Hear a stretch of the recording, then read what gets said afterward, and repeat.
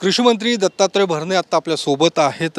व काय ज्या पद्धतीने अधिवेशन सुरू आहे, जवळपास आता अधिवेशन संपण्याच्या मार्गावरती आहे. मात्र विरोधकांमध्ये कुठंतरी एक वाक्यता दिसत नाही आहे. कारण ज्या पद्धतीने मुद्दे उचलले गेले पाहिजे किंवा सभागृहाच्या आतमध्ये किंवा सभागृहाच्या बाहेर ज्या पद्धतीने काही मुद्द्यांवरती चर्चा होणं अपेक्षित आहे, तसं होताना दिसत नाही अधिवेशनात. नाही, होताना किंवा एकत्र म्हणण्यापेक्षा तुम्हा सर्वांना माहिती की गेली 1 वर्ष या राज्याचे मुख्यमंत्री देवेंद्र फडणवीस साहेब असतील, एकनाथजी शिंदे साहेब असतील, अजितदादा पवार साहेब असतील आणि या सर्वांनी खूप चांगलं काम या राज्यामध्ये केलेलं आहे. सर्वसामान्य माणूस केंद्रबिंदू मानून त्या माणसाला कशी मदत होईल, सहकार्य होईल, हे शेतकरी असू द्या, शेतमजूर असू द्या, उद्योगधंद्यातले काम कर्मचारी असू द्या, म्हणजे सर्वसमावेशक धोरण आणि सर्वांच्या हिताचे निर्णय यांनी घेतल्यामुळं राज्य सरकारने घेतल्यामुळं निश्चित प्रकारे त्याचा फायदा आज होतोय.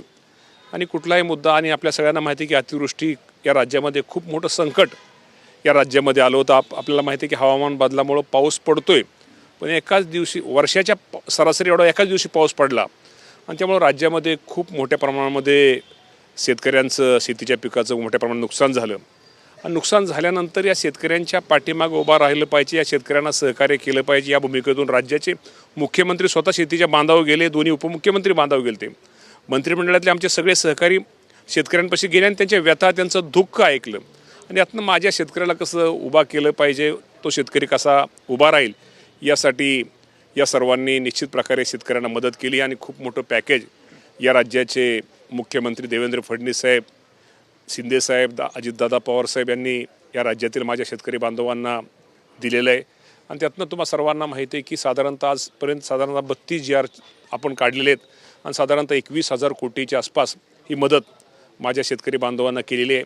आणि अजून एवढ्यावरती आपण थांबलेलो नाही की शेतकरी संघटना किंवा आमच्या जाहीरनाम्यामध्ये सगळ्या पक्षाचे होते की या शेतकऱ्याला कुठं अजूनही मदत केली पाहिजे, अजूनही शेतकरी हा उभा राहिला पाहिजे. यासाठी शेतीचे कर्जमाफीच्या बाबतीमध्ये शेतकऱ्यांची खूप मोठी मागणी ही या राज्यामध्ये होती. त्यामध्ये शेतकरी संघटनेचे सगळे बच्चूभाऊ सकट सगळेच नेते, शेट्टी साहेब असतील, याला जणू की हे जे कृषी कर्जमाफीच्या संदर्भातली जी काही डेडलाईन मुख्यमंत्र्यांकडून देण्यात आलेली आहे किंवा राज्य सरकारकडून देण्यात आलेलं आहे, पण दुसरीकडे असंही मुख्यमंत्री किंवा उपमुख्यमंत्री अजितदादांचं म्हणणं की एकूण आर्थिक ओढाताण आहे राज्याची, आणि मग आर्थिक ओढाताण असताना कर्जमाफीचं कशा पद्धतीने सगळं गणित बसवणार. आर्थिक ओढाताण जरी असले तरी शेवटी शेतकरी हा महत्त्वाचा घटक आहे. आज राज्यामध्ये आम्ही मंत्री जरी काम करत असलो, आज आम्ही मंत्री जरी असलो, तर पहिल्यांदा आम्ही सगळेजण शेतकरी आहोत आणि शेतकरीचं हित, शेतकऱ्यांच्या दृष्टीने कुठलं धोरण किंवा निर्णय घेणं त्यांच्या हिताचं आहे, ती आमची भूमिका आहे. त्यामुळे कर्जमाफीसारखा निर्णय आज राज्य सरकारने, या राज्याचे मुख्यमंत्री परदेशी साहेबांच्या अध्यक्षतेखाली कमिटी केलेली आहे आणि या कमिटीचा अहवाल साधारणतः एप्रिल महिन्याच्या पहिल्या आठवड्यात अहवाल तोही प्राप्त होईल.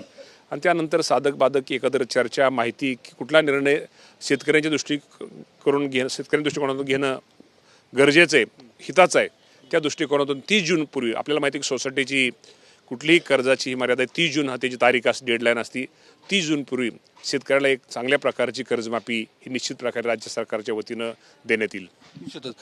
भाऊ, ज्या पद्धतीने या सगळ्या याच्यात महानगरपालिका निवडणुकीची आता रणशिंग फुंकली जाणार आहे, महायुतीचा फॉर्म्युला ठरला आहे अशा पद्धतीची चर्चा आहे. काय नेमका फॉर्म्युला असणार आहे या महानगरपालिका निवडणुकीसाठी? या युतीच्या फॉर्म्युल्याबाबत माझ्या मते देवेंद्र फडणवीस साहेब, एकनाथजी शिंदे साहेब, अजितदादा पवार साहेब हेच तुम्हाला अधिकारवाणीनं बोलतील.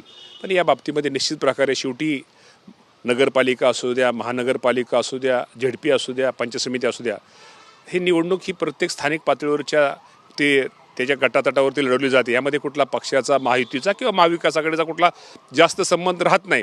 पण तरी या बाबतीत जो आहे अंतिम निर्णय हे तिघजण घेतील.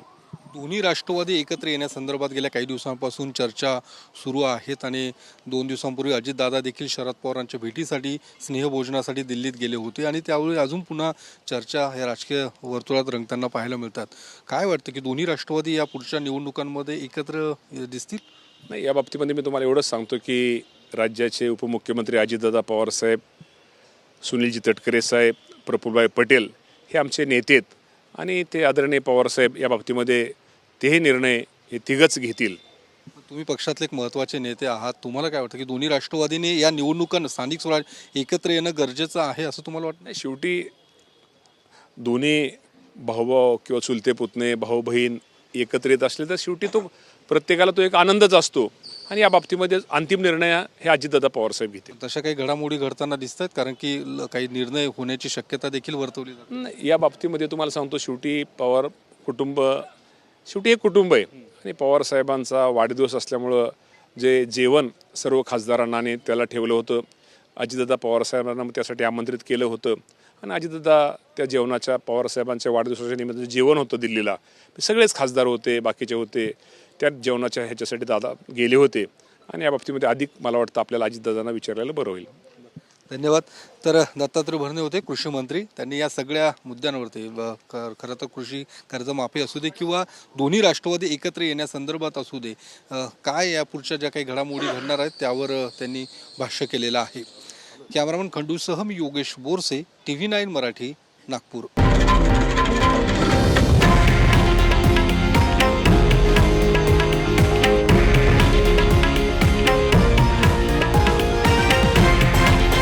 हे आहे देशातील नंबर 1 न्यूज नेटवर्क आणि आपण पाहत आहात TV9 मराठी, एकमेव.